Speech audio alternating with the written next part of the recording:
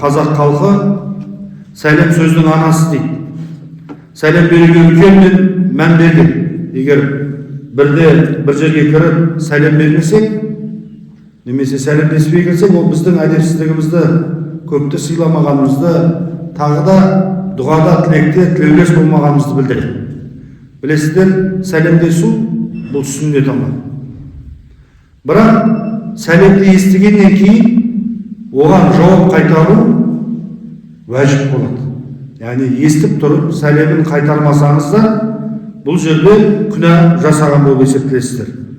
Бұхар жырау бабамыз сәлем сөздің анасы, алейк алған данасы дейді. Яғни кімде-кім ассаламу алейкум деген сөзді еститін болса, оған ва алейкум ассалам деп. Бұл жерде Бұхар жырау деп тұр, ва алейк сөздің данасы. Ва алейкум ассалам деп айту, ол сенің даналығың дейді. Оған жауап қайтаруы сенің міндетің.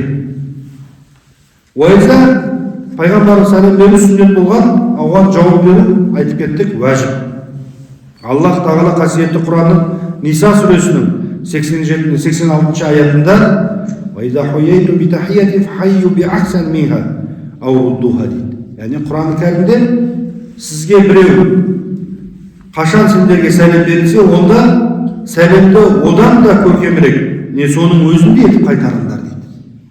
Яғни біздер біреу бізге сәлем айтатын болса, одан қысқартып айтуға негізі дұрыс саналмайды. Бірде бұл біреулер бүйтіп амандасуы мүмкін. Ассаламу алейкум ва рахматуллахи ва баракатух деп айту мүмкін. Алланың игілігі, жақсылығы, бейбітшілігі, берекесі тілесін деп көбірек қып сәлем айту мүмкін. Баракатух деген берекесімен болсын деген дұға тілеу мүмкін. Сіз оған ва алейкум жасасаңыз, бұл да не болады екен? Әдепсіздік болып есептеледі. Кім сізге қандай қып сәлем берген болса, не дейді Құран кәрімде?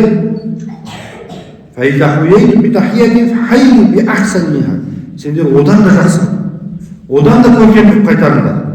Ауруддуға, одан да сомен бірдей, содан кем қылмай, жақсы түрде, жақсы мәміледе сәлем қайтарыңдар дейді. Яғни біздің ақымыз қалып кетпеу керек.